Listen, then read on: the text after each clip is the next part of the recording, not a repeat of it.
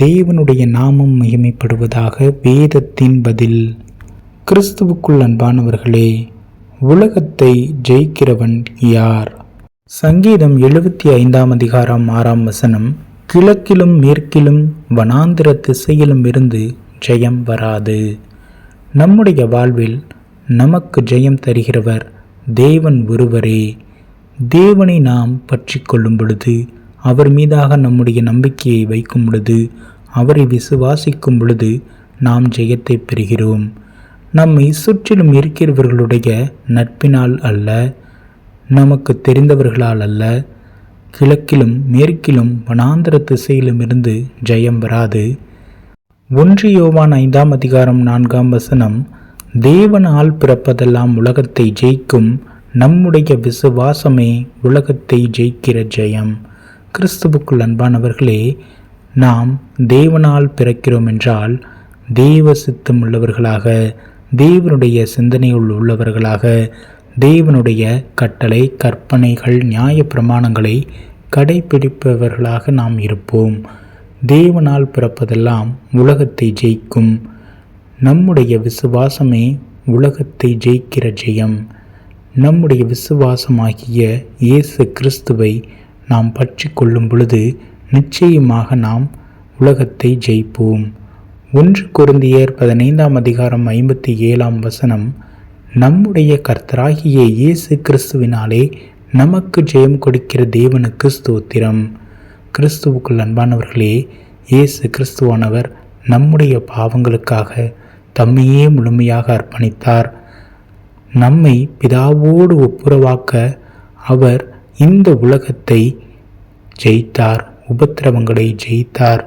நம்முடைய பாவங்களுக்காக முழுமையாக தம்மை அர்ப்பணித்து நமக்கு சமாதானம் உண்டு பண்ணினார். நாம் இயேசு கிறிஸ்துவை விசுவாசிக்கும் பொழுது நாம் நிச்சயமாக ஜெயம் பெறுகிறோம். இந்த உலகத்தில் உள்ள அனைத்து விதமான உபத்திரவங்களிலிருந்து நாம் ஜெயம் கொள்கிறோம். யோவான் 16 அதிகாரம் 33 வசனம். என்னிடத்தில் உங்களுக்கு சமாதானம் உண்டாயிருக்கும் பொருட்டு இவைகளை உங்களுக்கு சொன்னேன். உலகத்தில் உங்களுக்கு உபத்திரவம் உண்டு, ஆனாலும் திடன் கொள்ளுங்கள், நான் உலகத்தை ஜெயித்தேன் என்றார். கிறிஸ்துவுக்குள் அன்பானவர்களே, இயேசு கிறிஸ்துவானவர் இந்த உலகத்தை ஜெயித்து தனக்குள்ளாக எந்த ஒரு பாவமும் இல்லை. நான் நிச்சயமாக உங்களை தேவனுடைய சமூகத்திற்கு எடுத்துச் செல்வேன். நானே வழியும், நானே சத்தியமும், நானே ஜீவனுமாய் இருக்கிறேன் என்று நமக்கு இயேசு கிறிஸ்துவானவர் கொடுத்த அந்த சமாதானத்தை மனதிற்குள்ளாக வைத்து நாம் அவரை பற்றி கொள்வோம், அவரை விசுவாசிப்போம். நிச்சயமாக இந்த உலகத்தில் இருந்து நாம் ஜெயம் பெறுவோம்.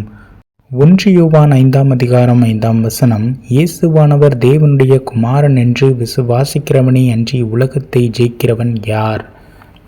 நாம் இந்த உலகத்தை ஜெயிக்க வேண்டுமென்றால் இயேசு கிறிஸ்துவானவர் தேவனுடைய குமாரன் என்று நாம் விசுவாசிக்க வேண்டும். அவர் என்னுடைய பாவங்களுக்காக, என்னுடைய மீறுதல்களுக்காக, என்னுடைய அக்கிரமங்களுக்காக தம்மைத்தான் முழுமையாக சிலுவையில் அர்ப்பணித்தார். எனக்காக மரித்தார், எனக்காக உயிர்த்தார். என்னை பிதாவோடு கூட்டிச் சேர்க்க அவர் நிச்சயம் திரும்ப வருவார் என்பதை நாம் விசுவாசிக்கும் பொழுது, குமாரனான இயேசு கிறிஸ்துவை அறிக்கையிட்டு அவரை விசுவாசிக்கும் பொழுது நாம் இந்த உலகத்தை ஜெயிக்கிறவர்களாக இருப்போம்.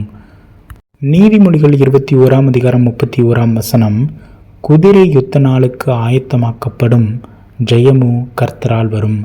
கிறிஸ்துவுக்குள் அன்பானவர்களே, நாம் ஆயத்தமாக்கப்படுவோம். இயேசு கிறிஸ்துவானவரிடம் நம்மை முழுமையாக அர்ப்பணிக்கும் பொழுது அவர் நிச்சயமாக நம்மை வழிநடத்துவார். நமக்கு ஆவியின் கனியை தந்து அவர் நம்மை வழிநடத்துவார்.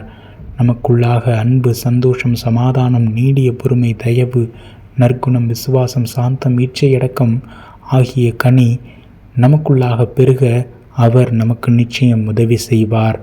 நம்மை அவர் ஆயத்தப்படுத்துவார். பரலோக ராஜ்யத்திற்கு நம்மை அழைத்துச் செல்வார். இந்த ஜெயத்தை தருகிற கர்த்தர் நிச்சயம் வருவார், நம்மை அழைத்துச் செல்வார். அவரை நாம் விசுவாசிப்போம். தேவகுமாரனான இயேசு கிறிஸ்துவை நாம் விசுவாசிப்போம். உலகத்தை நாம் நிச்சயம் ஜெயிப்போம். வெளிப்படுத்தின விசேஷம் 21ஆம் அதிகாரம் 7ஆம் வசனம். ஜெயம் கொள்ளுகிறவன் எல்லாவற்றையும் சுதந்தரித்து கொள்வான். நான் அவன் தேவனாயிருப்பேன், அவன் என் குமாரனாயிருப்பான். கிறிஸ்துவுக்குள் அன்பானவர்களே, நாம் உலகத்தை ஜெயிக்கும் பொழுது நாம் பொறுமையோடு நிதானத்தோடு தேவனுடைய சமூகத்தில் ஸ்திரப்பட்டவர்களாக பொறுமையோடு காத்திருந்து அவர் நிச்சயம் என்னை அழைத்துச் செல்வார் என்ற விசுவாசத்தோடு நாம் அவரை எதிர்நோக்கி இருக்கும் பொழுது அவர் நம்மை நிச்சயம் அழைத்துச் செல்வார். நாம் விசுவாசிப்போம். நாம் விசுவாசிக்கும் பொழுது ஜெயம் கொள்ளுகிறோம். தேவன் நம்மை அழைத்துச் செல்கிறார். நாம் எல்லாவற்றையும் சுதந்திரித்து கொள்ளத்தக்கதாக தேவனுடைய ஆசீர்வாதங்களான ஆவிக்குரிய ஆசீர்வாதங்களை நான் சுதந்திரித்து கொள்ளத்தக்கதாக என்னை அவர் மாற்றுகிறார். அவர் சொல்லுகிறார், நான் அவன் தேவனாயிருப்பேன், அவன் என் குமாரனாயிருப்பான். கிறிஸ்துவுக்குள் அன்பானவர்களே, நாம் அப்பா பிதாவே என்று கூப்பிடும் புத்திர சுவிகாரத்தின் உரிமையை அவர் நமக்கு கொடுக்கிறார்.